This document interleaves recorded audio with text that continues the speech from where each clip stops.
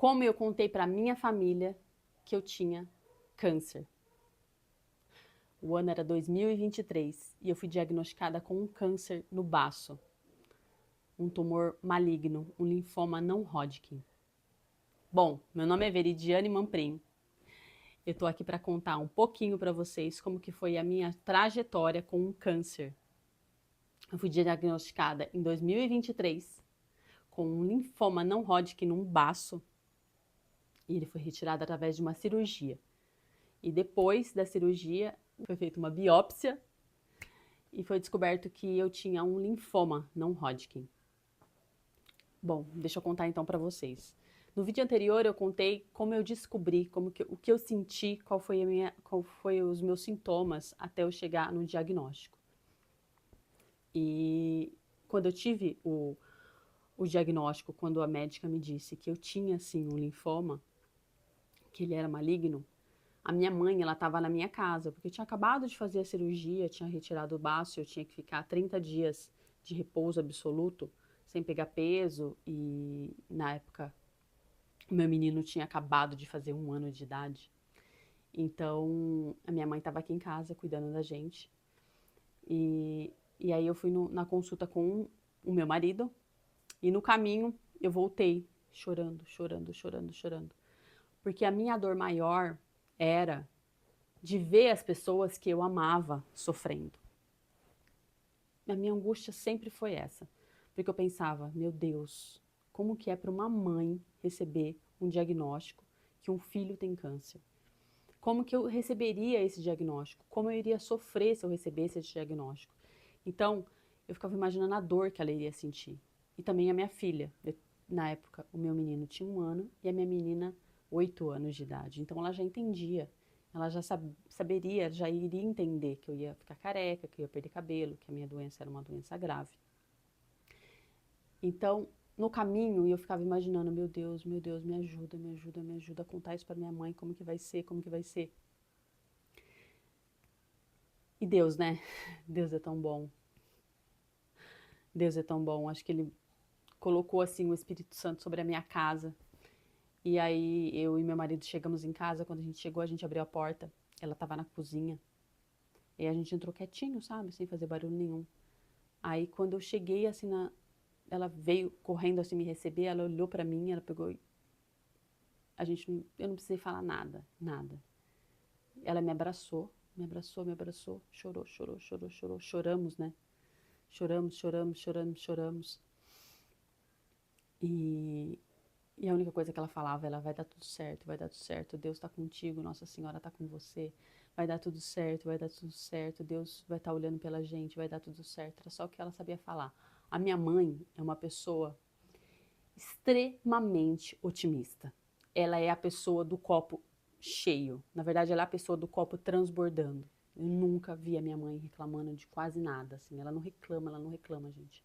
Tudo que você conta para ela uma história trágica, ela consegue tirar o lado bom disso. Teve uma vez um conhecido nosso que foi fazer uma cirurgia no cérebro, só para exemplificar, né, o quanto a minha mãe ela consegue enxergar o copo cheio. E aí meu marido falou, então, né, Dona Silvia, minha mãe chama Silvia, Dona Silvia, ele vai fazer uma cirurgia e é super delicado, porque o tumor tá bem atrás do olho dele, já dá para ver que é um tumor benigno, mas tem que retirar, porque tá trabalhando na visão dele, então uma cirurgia muito delicada, porque ele pode perder a visão de um olho. A minha mãe no alto do seu otimismo, virou e falou assim, nossa, mas pensa bem, que bom, porque ele tem outro olho. No primeiro momento, assim, a gente começou assim, eu olhei e falei, mãe, o que você tá falando? Ela falou, não tô brincando. Ele tem um outro olho. Então, assim, minha mãe é essa pessoa, né, sabe? É esse otimismo, é essa fé. Ela é uma mulher de muita fé, de dobrar o joelho, de tudo que eu preciso era, mãe, reza pra isso, mãe, pede isso que eu tô precisando. E assim, todos os pedidos dela são atendidos. Então, eu me senti muito fortalecida assim, naquele momento.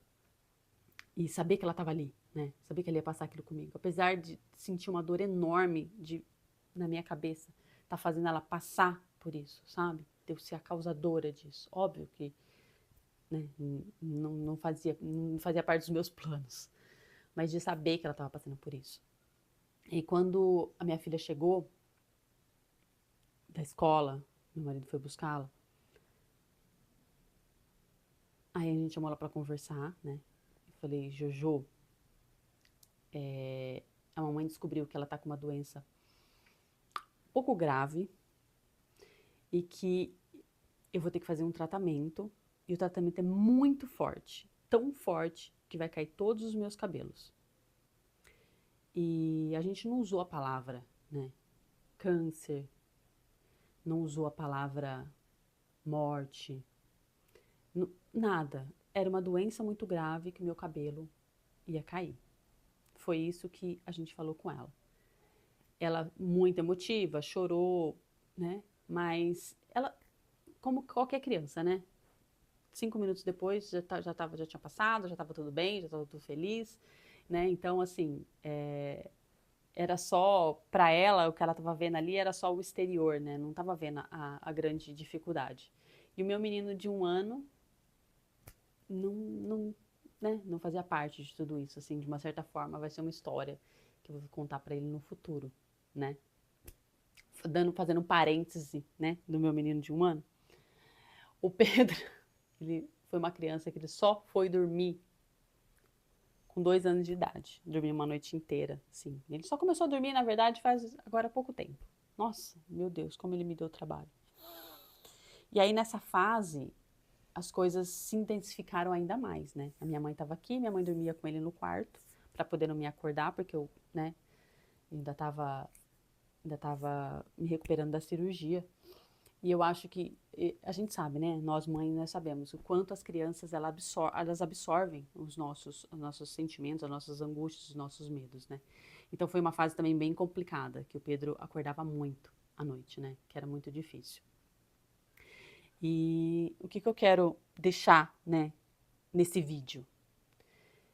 Que quando você está vendo uma pessoa passar por um momento desse, ou você está passando por um momento desse de câncer, a gente tende a se colocar muito no lugar do outro, né? O meu sofrimento, eu sabia o que eu estava sentindo, eu sabia os sintomas que eu estava tendo, as dores que eu estava tendo. Mas me doía muito mais ver a dor do outro, sabe? Saber o quanto o outro estava sofrendo, né? Principalmente as pessoas mais próximas, a minha mãe, a minha filha, o meu marido, que toda noite estava deitado na cama do meu lado, né? O que estava passando na cabeça dele. Nós sempre fomos muito confidentes um do outro. A gente sempre nunca escondeu nada um do outro. A gente sempre teve um relacionamento muito aberto com conversar tudo. E naquele momento eu imaginava as dores que ele estava sentindo e que ele não podia falar, né? Ele não podia virar para mim e falar: tenho medo de te perder, porque isso poderia me abalar completamente, né? E eu acho que essa dor é uma dor. Então, se você tá passando por isso, é normal você se sentir assim, né? É normal você se preocupar muito mais com o outro. E se você tem alguém na sua família que tá passando por isso, tenta tranquilizar ela de alguma forma. Fala, né? Deixar claro que você tá com ela. Deixar claro que não existe. Eu sempre falava isso durante todo o meu tratamento. Não negocie com a morte. Não negocie com a morte, né? Não negocie, porque quando você faz planos, né, com a morte, você já está meio que colocando uma sentença na sua vida. Então, se tem alguém do seu lado aí que está passando por isso, seja essa fortaleza do lado dela, né? Se tiver que chorar, chora no canto, chora escondido. Não deixa transpassar a sua tristeza, o seu medo para ela, porque isso vai ajudar muito.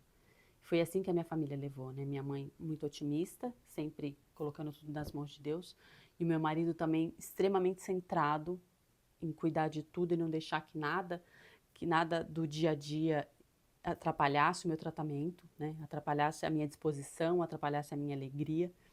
E então, se você tiver com alguém, então chora no canto, tenta esconder esse sentimento, porque a pessoa já está sofrendo com a doença e ela está sofrendo muito em saber que a família dela também está sofrendo.